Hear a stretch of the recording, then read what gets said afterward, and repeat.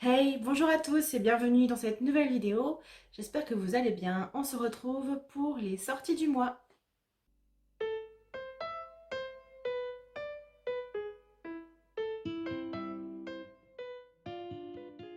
Ce mois-ci, j'ai été raisonnable puisque je n'ai noté que 14 titres apparaître dans ce mois de juin, sachant que tout est concentré principalement sur le début du mois et que vers la fin, il y a vraiment très peu de titres. Comme d'habitude, je vous mets les liens en barre d'informations. Si vous voulez retrouver les résumés complets de ces titres que je vais vous présenter pour la sélection du mois de juin. Pour ma part, je vais essayer cette fois-ci de faire des petits résumés de mémoire par rapport à ce que j'en ai retenu. J'espère que ça ira. Et si vous avez des titres en commun avec moi, n'hésitez pas à venir me le dire en commentaire si vous voulez qu'on en discute un petit peu, voir quelle sortie vous attendez le plus. Et peut-être s'il y a des choses que vous pensez que je pourrais aimer et que j'ai peut-être loupé, n'hésitez pas à me le dire aussi. Et si jamais vous n'êtes pas encore abonné, n'hésitez pas à le faire, ça m'encouragera pour la suite et c'est toujours plus sympa quand on est plus nombreux, comme ça on peut vraiment avoir des échanges avec pas mal de monde. On commence tout de suite avec les sorties du 2 juin, avec tout d'abord un premier tome d'une saga qui s'appelle L'hiver du monde ou Le long hiver. J'ai trouvé deux titres différents avec le premier tome qui s'appelle Le règne glaciaire, c'est de A.G. Riddle et c'est publié chez Brajlon. Ici on est dans un futur proche et il y a une nouvelle ère glaciaire qui a commencé. Et on a aussi repéré un objet qui viendrait de Mars, je pense, hein, si c'est ça, un objet près de Mars qui se déplace vers le Soleil. Donc en gros, ils veulent savoir si c'est cette chose qui cause le fait que l'ère glaciaire se développe sur Terre. Est-ce que on va vers une extinction de la race humaine ou est-ce qu'au contraire c'est peut-être une chance de survie?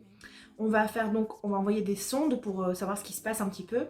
Et il va y avoir une jeune femme qui va commander un petit peu tout ça donc, à l'intérieur de la sonde spatiale, de la station spatiale. Elle va découvrir des choses, enfin ils vont découvrir des choses avec l'équipage apparemment qu'ils ne s'attendaient pas du tout à trouver. Mais en fait, elle va surtout devoir vivre pour, enfin, survivre pour sa propre existence en fait, enfin, lutter plutôt pour sa propre existence apparemment. Donc, il va certainement se passer des choses un petit peu compliquées au sein de cette station spatiale.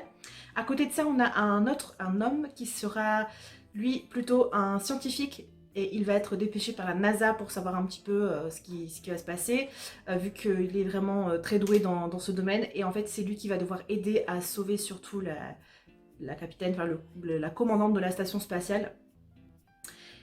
Et il va devoir faire un choix qui apparemment va déterminer la survie ou non de toute la race humaine. Donc voilà, il y a gros enjeux pour la planète. Là, carrément, quand on dit c'est une histoire où ils doivent sauver le monde, c'est vraiment le cas, et encore plus la race humaine. Donc je ne pouvais qu'être intéressée par ce titre. Ensuite, je passe au second titre qui sort toujours le 2 juin. Il s'agit de Anatomie d'un mariage de Virginia Reeves, publié chez Stock. Là, on va être avec un psychiatre, donc un jeune psychiatre qui vient qui est comportementaliste, pardon, et il vient d'accomplir son rêve. Il a 36 ans et il vient de prendre la direction d'un établissement psychiatrique. C'est dans les montagnes du Montana. Sauf que sa femme, elle déchante un petit peu en fait parce qu'il lui avait promis un petit peu qu'ils allaient fonder une famille en se déplaçant à cet endroit et ce n'est pas vraiment le cas. Lui, ce qu'il veut en fait, c'est faire avancer vraiment c'est faire avancer la cause de la psychiatrie. Et pour ça, il va se pencher vraiment beaucoup plus en détail sur certains cas, j'imagine. Et on nous parle aussi d'une patiente qui est un petit peu, qui voit un petit peu ce psychiatre comme son sauveur, donc elle va peut-être avoir des sentiments ou tomber amoureuse de lui, je ne sais pas trop comment ça va être présenté. Pour le coup, sa femme, elle va pas vraiment être d'accord avec ça, donc elle va vouloir un petit peu s'immiscer dans son travail, dans le travail de son mari, et elle va tout simplement décider de donner des cours de dessin à certains de ses patients pour être le plus possible proche du travail de son mari, voir ce qu'il fait et voir ce qui va se passer. Euh, Elle va devoir peut-être réévaluer ses choix, peut-être qu'elle ne voudra peut-être plus fonder de famille avec lui, je ne sais pas. En tout cas, ça m'intriguait. J'ai hâte de voir aussi comment le côté psychiatrie va être traité, si c'est vraiment bien renseigné ou pas, ou si on est vraiment dans du fiction et que c'est un peu tiré par les cheveux. Donc je verrai bien quand je me le procurerai. Enfin, le dernier titre de la sélection du 2 juin, il s'agit de Les Gagneuses de Claire Raphael, publié chez Rouergue, collection noire. Là, ici, on va avoir affaire à des meurtres et au premier abord, comme ça, il y a 2 meurtres différents qui sont effectués malheureusement, et dont une d'une prostituée et une autre d'une serveuse d'un bar. Pour l'instant, on dit que l'assassin n'a pas laissé de traces, mais en fait, ce qui relie les deux meurtres de ces 2 jeunes femmes, c'est que l'arme du crime est la même. Voilà, donc apparemment, elles auraient donc un lien, vu que c'est très rare de trouver des tueurs, en tout cas dans les thrillers. Après, moi, je regarde aussi beaucoup de séries policières et de séries un peu à la esprit criminel, un petit peu, je sais pas si vous voyez. C'est assez rare que les tueurs tuent au hasard et qu'il n'y ait aucun lien entre les victimes, hein. Ça peut arriver évidemment, mais là voilà, on nous dit qu'apparemment ça n'a pas l'air d'être le cas. Je vous préviens tout de suite, il y a quand même pas mal de thrillers, j'ai l'impression, dans cette sélection, puisque je n'ai pas trouvé que les sorties du mois de juin étaient très ouf. Donc je vous ai prévenu déjà. Alors je passe maintenant aux sorties qui auront lieu le 3 juin. Donc là c'est le jour où j'ai le plus noté de sorties en fait, me concernant, qui m'intéressait. Tout d'abord, j'ai un titre de Angela Marsons qui s'appelle Nos monstres, qui sera publié chez Belfond Collection Noire ou Belfond Noir. On va suivre en fait une histoire de meurtre. Un homme a été condamné pour viol. Il a été poignardé à mort dans une ruelle en fait. Donc on ne sait pas si c'est une vengeance ou si c'est vraiment quelque chose d'aléatoire. Donc en fait, il va y avoir une enquêtrice qui va enquêter sur ce meurtre. Et d'un autre côté, on va également suivre une psychiatre, donc à savoir peut-être est-ce qu'elle va creuser dans le passé de cet homme, ou est-ce que ça va être totalement autre chose, ou est-ce qu'elle va contacter d'anciennes victimes de cet homme qui s'est fait abattre parce qu'il avait été condamné pour viol, je ne sais pas trop. Apparemment, on nous dit que ça va être quelque chose de super intense. C'est assez complexe comme affaire, donc ça m'intéressait beaucoup. Le prochain titre que j'avais vraiment hâte de lire, de découvrir, parce qu'on est encore un petit peu sur une sorte de saga familiale. En fait, c'est le genre d'histoire aussi qui me plaise de temps en temps. Le titre, c'est Un été à Nantucket, je ne sais pas si ça se prononce comme ça. C'est de Hélène Hildebrand, publié chez Les Escales. Donc Les Escales, c'est souvent des parutions qui m'intéressent aussi. Il y en a toujours tous les mois qui me tentent. Là, ici, on va suivre une famille avec 3 filles et un frère, enfin 3 sœurs et un frère, leur mère et leur grand-mère. On est en 1969. La grand-mère, elle a une belle maison, apparemment tous les étés, ses petits-enfants viennent la rejoindre.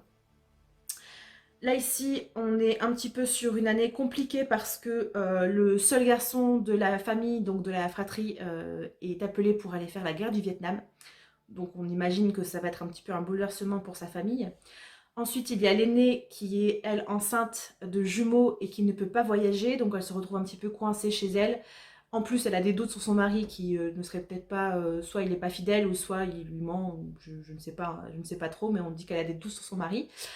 La cadette, elle est engagée pour les droits civiques et elle a des histoires d'amour un petit peu compliquées, donc elle veut changer d'air et elle va aller travailler sur l'île voisine de Nantucket qui est Martha's Vineyard. Je ne sais pas si vous connaissez, c'est souvent c'est des endroits très prisés par les célébrités en Amérique, il me semble aux USA. J'en entends souvent parler. Je sais, prisé par les Américains, mais je pense. Oh, il faudrait que je me renseigne quand même, je ne sais plus si c'est vers l'Angleterre ou si c'est aux US. Oh, la honte. Je vais vous mettre ça ici, mais j'en ai souvent entendu parler. Mais là, du coup, j'ai un doute. Donc la cadette, elle va changer d'air, elle va aller travailler ailleurs.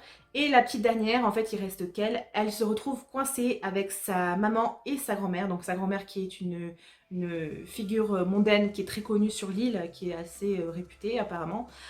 Mais sa grand-mère, elle a des façons de faire un petit peu à l'ancienne, elle a des règles un petit peu vieux jeu, et sa propre mère, elle est dépitée parce que son fils a été envoyé à la guerre. Donc tout ça, ça va être un petit peu compliqué, et on nous dit que c'est un été où les femmes vont devoir faire preuve de beaucoup de résilience, elles vont devoir prendre sur elles, et il va y avoir certainement du renouveau, donc peut-être des choses qu'elles n'avaient pas l'habitude de gérer, ou voilà, j'avais hâte de découvrir cette histoire. L'apparition suivante qui m'intéresse, et je pense que c'est peut-être celle qui me tente le plus de ce mois-ci, il s'agit de La vie invisible d'Adi Larue. Je pense que vous allez voir beaucoup passer, vu que c'est de V.I. Schwab, publié chez Lumen, enfin qui sera publié chez Lumen. L'histoire commence en 1714 et on nous dit qu'il y a une femme qui est un petit peu avide de liberté. Dans un grand moment de désespoir, elle va sceller un pacte avec le diable. Il va lui donner, enfin je sais pas si c'est vraiment le diable en personne, mais en gros elle va avoir le droit de vivre éternellement. Sauf que si vous suivez un petit peu les choses magiques, si vous avez vu Once Upon a Time, on dit toujours que all magic comes with a price. Donc si vous avez quelque chose qui vous arrive, vous devez en payer le prix. Hein, donc en gros, si elle rencontre des gens, elle ne pourra jamais leur raconter son histoire et elle sera automatiquement effacée de leur mémoire. Donc en fait, elle va pouvoir vivre éternellement, mais personne ne va jamais se souvenir d'elle. Je pense que ça va être un petit peu compliqué pour elle de vivre justement, d'évoluer, de peut-être se faire des connaissances, ou voir ça va être impossible, hein, puisqu'on nous dit que les gens ne vont jamais se rappeler d'elle. Elle va errer tel un fantôme, vu que personne ne se souviendra jamais de l'avoir rencontrée, de lui avoir parlé. Donc ce qui est bien, c'est qu'elle va pouvoir aller sur différents continents, elle va voir l'évolution du monde un petit peu, puisqu'elle va vivre plusieurs siècles, jusqu'au jour où, dans une librairie, un homme va la reconnaître. Donc là, je suppose qu'elle va se poser pas mal de questions, ça va certainement entraîner des remises en question sur elle-même. Elle va peut-être se demander si quelqu'un se rappelle d'elle, peut-être qu'elle va mourir, ou enfin voilà, moi c'est en tout cas ce que j'ai pu penser en lisant rapidement le résumé. Surtout qu'elle a un démon aussi qui la pourchasse un petit peu et qui est intrigué, déjà lui-même il est intrigué par cette jeune femme. Donc on va avoir pas mal de voyages, elle a embarqué dans un voyage à travers les époques et les continents. Elle va peut-être devoir changer des choses dans sa façon de faire si elle veut laisser son empreinte sur le monde, si elle veut que les gens se rappellent d'elle. Donc voilà, ça m'intriguait vraiment beaucoup. En plus, j'ai plus trop le souvenir des couvertures, mais je pense que j'avais bien aimé. De toute façon, souvent les couvertures de chez Lumen sont assez intéressantes. Ouais, celle-ci, elle a ouais, un petit peu sombre, il me semble, si je me rappelle bien, on voit une sorte de visage, mais on ne le voit pas vraiment. Donc la couverture, je la trouve hyper intrigante. Donc ça m'intéressait vraiment beaucoup.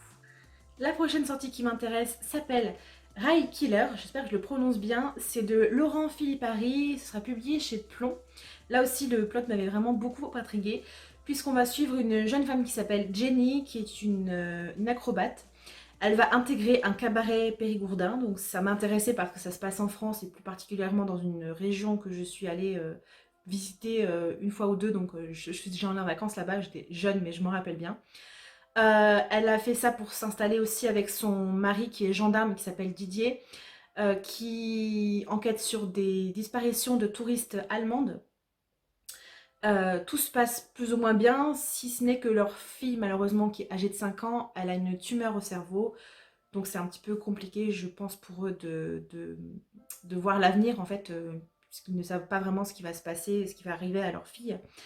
L'homme se focalise principalement sur son travail, il essaie de résoudre ses enquêtes. Et sa femme va chercher à tout prix des gens pour l'aider, pour sauver sa fille.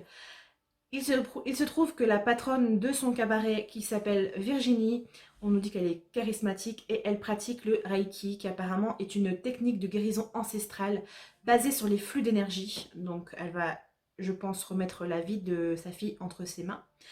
Elle prétend pouvoir sauver leur petite fille, donc j'imagine que voilà, quand on vous dit oui, je peux sauver ta fille, je pense que ça doit être assez intéressant quand même de le faire. Après, est-ce que c'est vraiment quelque chose qu'elle a en elle, cette femme, ou est-ce que c'est pas...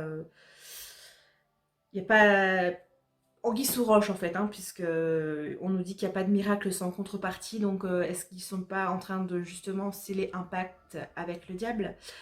Nous le découvrirons dans la lecture de ce titre prochainement. La prochaine sortie qui m'intéresse, il s'agit d'un titre qui s'appelle Temps mort, c'est de Ariel Holz, je ne sais pas si je l'ai bien prononcé, ce sera publié chez Slalom, pardon. Là, on nous dit que c'est un roman fantastique qui va nous plonger dans un Paris, dans une sorte, enfin, la ville de Paris, mais un petit peu particulière. Vous allez comprendre pourquoi tout de suite. Vu qu'on va suivre un garçon qui s'appelle Léo, qui a 17 ans, et il va basculer dans une fontaine de catacombes. Donc, il va se retrouver sous la ville de Paris et il va découvrir un Paris, un petit peu une réplique négative de Paris. On nous dit auréolé d'un soleil noir, le périmonde est un territoire où le temps n'a pas de prise et où règnent des clans au pouvoir puissant. Donc en fait, il va être pris dans une sorte de, j'ai l'impression, de jeu de piste ou de jeu grandeur nature, enfin un jeu entre guillemets. Tous les coups, on nous dit que tous les coups sont permis. Il va faire la rencontre d'une jeune fille qui s'appelle Alma, qui est un petit peu énigmatique, qui va essayer de l'aider. Donc, est-ce qu'ils vont s'en sortir ou pas? Est-ce qu'il peut vraiment lui faire confiance ou pas? Est-ce qu'il est en train de rêver? Voilà, c'était un petit peu comme ça énigmatique et ça m'a hypé, tout simplement. Le prochain titre qui m'intéressait aussi vraiment beaucoup, puisque je vais bien aimer l'ambiance, je pense. Il s'agit du Carnaval des Ombres de R.J. Ellory, publié chez Sonatine. On est en 1959, un cirque ambulant de freaks, donc à l'ambiance un petit peu American Horror Story, Freak Show, si vous l'avez vu, vous savez de quoi je veux parler, j'ai adoré cette saison. On va être donc sur un spectacle qui fait le bonheur des enfants, des adultes, des choses un petit peu particulières, des bizarreries, des choses un petit peu magiques. Euh, on nous dit que l'atmosphère magique va être troublée par une découverte macabre, tout simplement parce qu'ils vont découvrir un corps sur le carrousel d'un homme qui a des tatouages très très étranges. Il y a un inspecteur qui va devoir enquêter sur ce meurtre, enfin sur cette mort. Et comme c'est quelque chose qu'il n'a jamais vu, je pense qu'il va être un petit peu dépourvu de moyens et qu'il va être un petit peu abasourdi, un petit peu... je ne trouve pas le terme exact, mais je pense que vous avez compris ce que je veux dire. Surtout que les membres qui font partie du cirque, donc de la troupe, ne sont pas très très bavards. Ils veulent garder un petit peu leur secret. On parlerait peut-être de magie de conspiration, donc est-ce qu'ils sont responsables du meurtre? Est-ce qu'ils savent qui c'est? Je ne le sais pas, mais j'ai très envie de le découvrir. La couverture, elle est bien pétante, donc elle m'avait bien marqué. On nous dit aussi que l'affaire va prendre un tour plutôt inattendu, donc est-ce que c'est quelque chose? Est-ce que c'est une illusion? Est-ce que c'est partie d'un spectacle? Est-ce que c'est... Voilà, je me suis posé pas mal de questions juste en lisant le résumé, et c'est signe que c'est quelque chose de très très intriguant. Le prochain titre qui m'intéresse, je vais plutôt vous lire le résumé, vu que c'est quelque chose d'assez onirique et que je ne veux pas m'aventurer à faire un résumé de ce genre d'histoire parce que ça peut être très vite assez compliqué. Il s'agit d'un titre de Kathleen Dean Moore qui s'appelle Sur quoi repose le monde. Ce sera publié chez Gail Meister. Cette autrice a notamment écrit le petit traité de philosophie naturelle que j'ai dans ma wishlist, que je ne me suis toujours pas procuré, et qui m'intéressait vraiment beaucoup. Le résumé est vraiment très très beau, donc je pense que si l'écriture est comme ça tout au long de l'histoire, ça va beaucoup m'intriguer et me plaire. Je crois que la plus belle chose que l'on puisse dire à quelqu'un, c'est regarde. Et la position la plus tendre, ce n'est pas une longue étreinte, mais deux personnes se tenant côte à côte, regardant ensemble le monde. Regarder le monde, c'est regarder les êtres aussi bien que les lieux, non seulement pour mieux les comprendre et mieux les préserver, mais surtout parce qu'il s'agit de l'un des besoins les plus fondamentaux de l'espèce humaine. Nous n'avons pas seulement besoin d'un milieu naturel pour notre survie, nous dépendons affectivement de lui. Nous sommes tous liés à lui de mille manières insoupçonnées. Vous voyez un petit peu, c'est légèrement onirique, on se croirait même presque dans un texte sacré. Le genre de discours ça me fait penser, moi, des fois, à un discours qu'on a pu entendre à l'église, vous voyez, quand il y a des mariages surtout, ou même malheureusement des enterrements, parce que bah, ça fait partie de la vie. Des textes un petit peu, voilà, qui réfléchissent un peu au sens de la vie et la beauté du monde, enfin, au monde en général. Donc ça me promet une belle promenade onirique, je pense. Donc voilà, ça ne pouvait que m'intéresser. Il ne reste plus que 4 titres à vous présenter dans cette vidéo. Je ne sais pas si c'est très français, mais c'est pas grave, vous avez compris. La sortie qui m'intéresse le 9 juin s'appelle Encens. C'est de Johanna Marine, ou Marines, je ne sais pas. Ce sera publié chez Snag. Ici, on va être dans un endroit qui me fait rêver, enfin qui me fait rêver. J'aimerais beaucoup aller visiter cet endroit, même si je ne rêve pas forcément d'aller aux US, mais la Nouvelle-Orléans, c'est un endroit qui me plairait beaucoup de visiter par rapport à tout le côté musical. On est ici en 1919. Pareil, c'est une époque qui m'intrigue beaucoup, puisque c'est la veille des années folles, enfin les années 20, entre deux guerres et tout ça. Enfin, c'est vraiment une période qui m'intéresse. On est encore une fois sur du thriller, sur une enquête. Il y a un tueur à la hache qui est un peu fou, qui mutile les corps de ses victimes avant de les tuer évidemment. Il nargue les enquêteurs vu qu'ils n'arrivent pas à l'attraper et il y a le corps d'une jeune femme qui est découvert en ville. Le problème, enfin le truc, c'est qu'elle est retrouvée avec des notes de musique sur sa peau et elle a des étranges plumes métalliques plantées dans son dos. Donc c'est quelque chose de vraiment pas commode, pas commun. Il y a 2 inspecteurs qui s'appellent Perkins et Bowie, donc ils vont ouvrir la nouvelle enquête. Ils vont être vraiment désarçonnés parce que c'est le genre de choses qui ne... Voilà, ils savent pas trop d'où ça vient. Ils se demandent même s'il n'y a pas un deuxième tueur, s'il n'y a pas quelqu'un qui soit qui limite ou soit qui... voilà, qui essaie de prendre exemple sur ce tueur fou. Enfin fou, je sais pas si c'est le bon terme, mais sur ce tueur. Déjà pour être tueur, faut être fou. Enfin, je me fatigue. On va être au cœur des bayous. Donc voilà, ça ne pouvait que me plaire. Il va être question de cartomancienne. Donc ça ne pouvait que me plaire. On est sur une enquête musicale. On nous dit aux multiples rouages. Donc oui, forcément, si elle a eu des notes de musique laissées sur sa peau, ça a peut-être un rapport avec soit un groupe, soit une chanteuse, soit des musiciens, soit... Enfin voilà, c'est... Forcément que ça allait me plaire. Enfin, il y a tous les éléments qui sont là pour me fasciner. La Nouvelle-Orléans, l'époque, la musique, le thriller, un petit peu côté gore, sanglant. Donc moi je dis oui, j'achète. Hein. Voilà, vivement le 9 juin. C'est dans pas très longtemps au final. Le prochain titre qui m'intéresse sort le jour de mon anniversaire. Donc si vous ne le savez pas, ce sera le 14 juin. Avec un titre qui s'appelle Les Muses d'Alex Michaelides, publié chez Calman Levy, collection noire. On va suivre ici une femme qui s'appelle Mariana, c'est une londonienne d'origine grecque. Malheureusement, cette femme doit se remettre de la mort de son mari qui s'est noyé dans les îles des Cyclades. Donc c'est un petit peu particulier vu que c'était proche de chez elle. Jusqu'au jour où sa nièce, qui s'appelle Zoé, va l'appeler à la rescousse parce qu'il y a une de ses amies ou une élève de son campus qui s'est fait assassiner. Donc on va se retrouver à Cambridge et elle va essayer de démêler un petit peu le vrai du faux, ce qui va se passer. Enfin, voilà, elle va vouloir enquêter sur cette chose. Je ne sais pas si je l'ai dit, mais cette femme, donc Mariana, pardon, elle est psychothérapeute, donc elle va essayer de peut-être sonder leurs esprits, je ne sais pas trop comment elle va s'y prendre.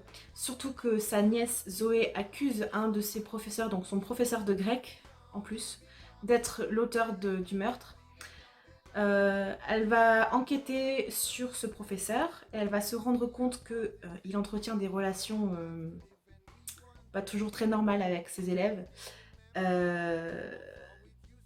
Des relations mystérieuses, donc ouais, je pense que ça doit être peut-être poussé, peut-être une relation sentimentale ou quelque chose comme ça. Et ils les appellent ses muses, les élèves. Donc c'est déjà un petit peu particulier. Surtout qu'il y a bientôt une autre étudiante qui va être retrouvée morte. Donc est-ce que c'est lui le coupable? Est-ce qu'il y a un lien entre le professeur et ses meurtres et peut-être avec son mari? Je ne sais pas si c'est peut-être lié ou pas, mais en tout cas, ça m'intriguait vraiment pas mal.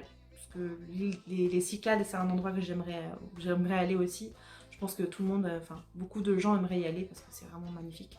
Tout ce qui est la Grèce, la Crète, enfin, c'est des choses qui m'intriguent beaucoup. Enfin, c'est pas le seul pays que j'aimerais visiter, mais on n'est pas là pour parler de ça. Voilà, ça nous met déjà en appétit sur ce qui va pouvoir se passer dans ce roman. Pour le prochain titre, je vais également vous lire le résumé parce que c'est un monde tellement bien construit et tellement riche que j'ai peur de dire des bêtises, donc je préfère me reposer sur le résumé qu'on a fait, l'autrice. J'ai découvert ce titre et cette autrice grâce à Manon de la chaîne Vibration Littéraire, je pense que vous devez la connaître. Vu qu'il s'agit d'une publication donc déjà qui va sortir le 15 juin, qui s'appelle Jemae, c'est un premier tome. L'autrice nous a dit que ça allait être une duologie, qu'il était déjà écrit, qu'il allait paraître dans pas très longtemps après la sortie du premier.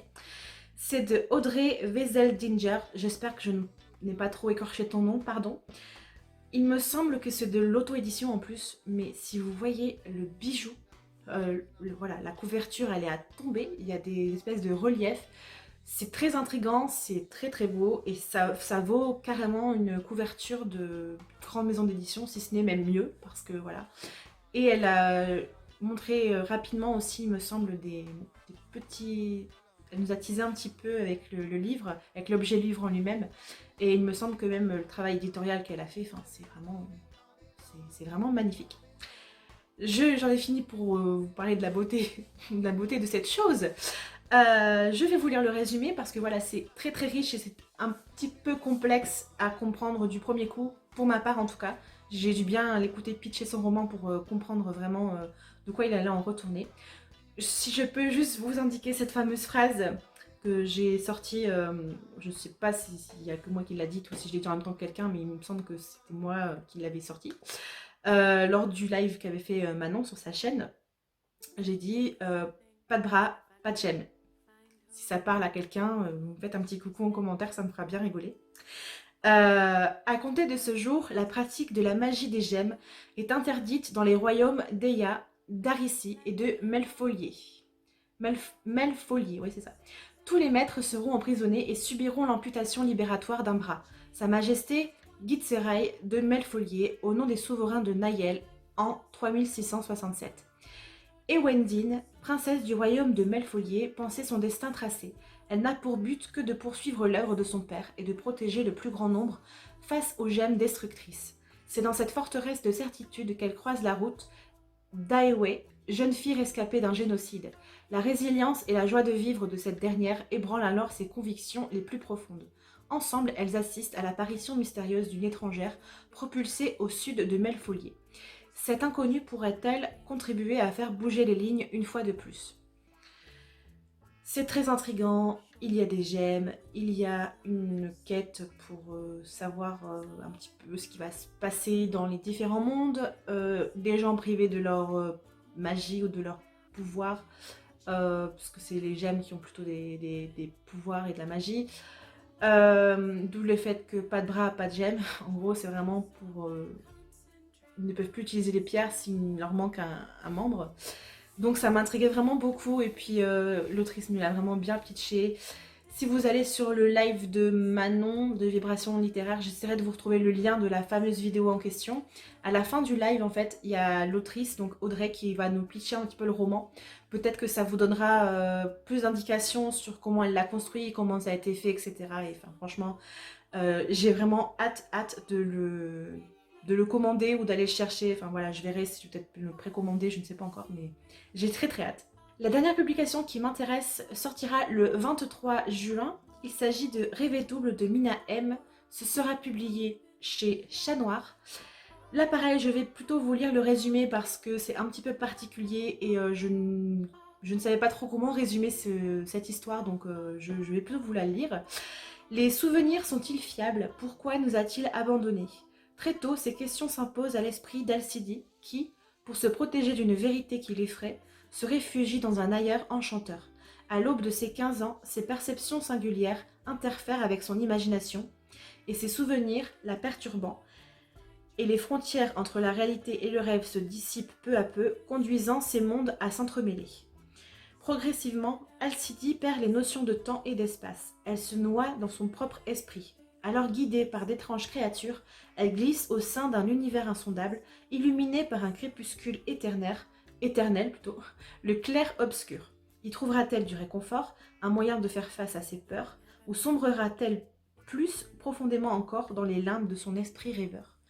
Vous voyez, c'est un petit peu, encore une fois, onirique et un petit peu mystique, j'ai l'impression aussi. Donc ça m'intriguait vraiment beaucoup et je n'arrivais pas vraiment à résumer ce résumé. Donc des fois c'est plutôt... Enfin, c'est mieux de faire simple, tout simplement. J'en ai fini avec ces sorties qui m'intéressaient pour le mois de juin. N'hésitez pas à me dire en commentaire, surtout s'il y a des titres aussi qui vous tentent autant que moi. Peut-être qu'il y en a d'autres que je n'ai pas vus encore parce que je commence à noter les titres pour la vidéo, pour la préparer quelques jours auparavant. Donc parfois il y a des sorties qui sont annoncées un peu plus tard. Mais c'est pas très grave parce que comment vous dire que la wishlist, elle va déborder à un moment donné. Voilà, je sais plus comment faire quoi. J'ai un nombre incalculable de livres en attente, sachant que tous les mois, en fait, les sorties qui m'intéressent, je les ajoute sur ma wishlist. Donc, c'est un jeu sans fin. J'en achète, j'en lis, j'en rachète, j'en lis, j'en vends, mais pas beaucoup. D'ailleurs, j'ai toujours mon lien Rakuten sur toutes mes vidéos, donc parfois je me sépare de certains titres. N'hésitez pas à aller faire un petit tour si ça vous tente. Parce que c'est un lien de parrainage, donc vous pouvez avoir droit à une remise, moi également, donc c'est toujours un petit peu plus sympa. Je vous dis à une prochaine fois dans une future vidéo, je ne sais pas encore ce que ce sera, je pense, à mon avis ce sera un update, et on se retrouvera et ce sera le mois de juin, parce que là ça y est, on peut dire au revoir au mois de mai. J'espère que le beau temps va s'installer définitivement, parce que j'en ai un petit peu marre de mettre des robes et 3 jours après de ressortir le manteau et les bottes. Enfin, c'est une façon de parler, mais vous m'avez comprise. Prenez soin de vous, profitez bien de vos proches et à la prochaine. Ciao, ciao.